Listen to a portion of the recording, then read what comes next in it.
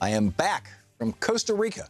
That's Louise and I went down there on Friday morning and got there Friday afternoon into San Jose, the capital city we flew into, and then drove about 2.5 hours to Finca Nuevo Luna, as I recall, the New Moon Farm, which is owned by two guys, Tom Newmark, who helped found the Carbon Underground with Earl Katz. Earl was there with his wife, Marge, and a fellow named Steve. I'm sorry, I don't remember Stephen's last name, but he was kind of the original owner, actually, of the farm. Had started it as a ginger plantation, and now it is this extraordinary program demonstrating how to use soil to resequester carbon.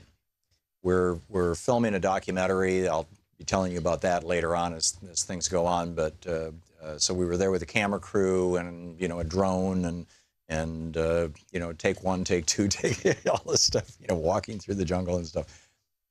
But did you know that about a quarter of all the carbon in our atmosphere that shouldn't be there is there as a result of agricultural practices around the world? We have gone from having 10, 15, 20 feet of topsoil in the United States and, in what used to be the Great Plains to having like 6 inches of topsoil. Our agricultural practices, which we've exported all around the world, this really pretty much just in the last 100 years or so, these agricultural practices of monoculture, single, giant fields with a single plant in it, which is not how nature does it.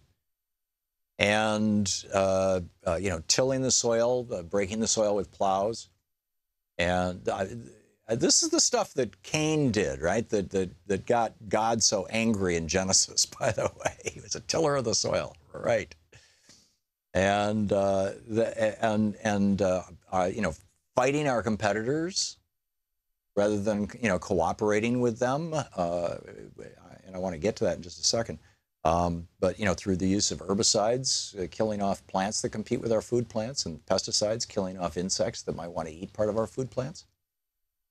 These things are destroying the soil of the planet.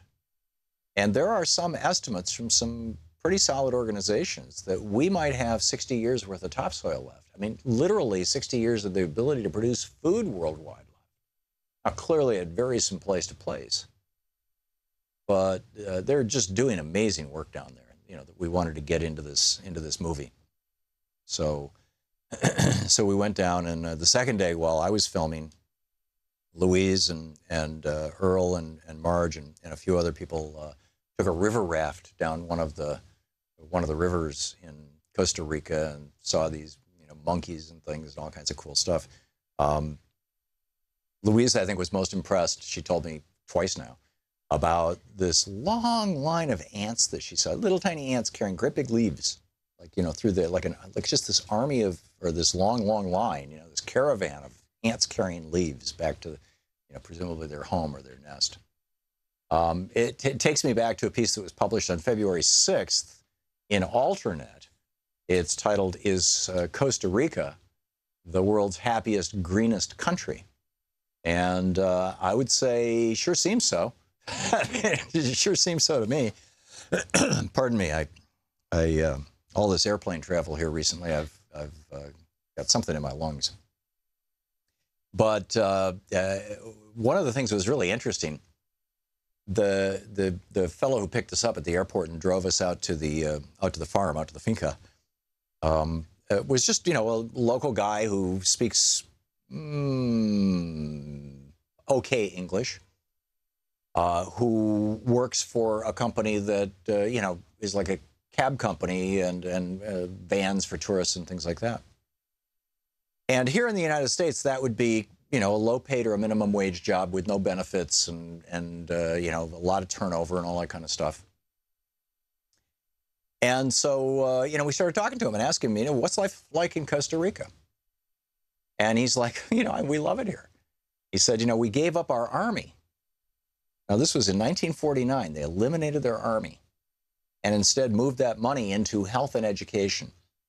And by 2016, 8% of Costa Rica's budget is education.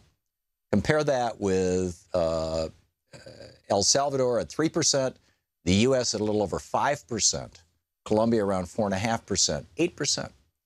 And so he said, you know, what about your kids? Can they go to school? He says, yeah, they can go to any school. It's free, all the way through college. I said, what about health care? And he said, every month my employer deducts $20 from my paycheck, and then he matches that with $20, and that gives me full health care. And Louise was like, you can go to any doctor, any hospital. He said, well, you know, we're encouraged to stay within the county, the area where we are, but if I'm anywhere in the country, I'm covered. And it's complete, it's comprehensive. Now, I don't know much beyond that about it, and I'm not here to represent myself as an expert on Costa Rica or Costa Rica's healthcare system or education system. But you might find this piece by Ariana Lopez Pena in Alternet from February 6, 2017. Is Costa Rica the world's happiest, greenest country? Fascinating. It just starts out, Costa Rica was the most environmentally advanced and happiest place on earth last year. That was the conclusion of the World Economic Forum's Happy Planet Index, which releases 2016 rating of where in the world people are using ecological resources most efficiently to live long, happy lives. Neither the U.S. nor any European nation make the top 10. But Costa Rica was number one in 2016 and also in 2009 and 2012, this Happy Planet Index. And they note in 1949, Costa Rica took a big gamble eliminating its army and investing those military funds into health and education. And in the 1990s, the country passed a series of green culture laws, included the tax-funded National Forests Law that protects forests, waters, biodiversity, and natural beauty as both tourist attractions and scientific resources. It also developed a financing system supported by both the government and by international organizations such as the World Bank to pay for environmental protection programs. Other green initiatives in Costa Rica include the Eco Marchamo, which is a voluntary complementary tax that allows drivers to offset 100% of the emissions generated by fuel consumption for a year, and the carbon neutral framework that incentivizes good environmental practices by Costa Rican companies. So anyhow, it was a fascinating trip, and it's a beautiful country. And if you are ever inclined to visit some part of Central America, it's Panama to the south, Guatemala to the north, and Costa Rica right there in the middle. You got the Atlantic, the Pacific on either side. We were in the up in the rainforest, up there in the top.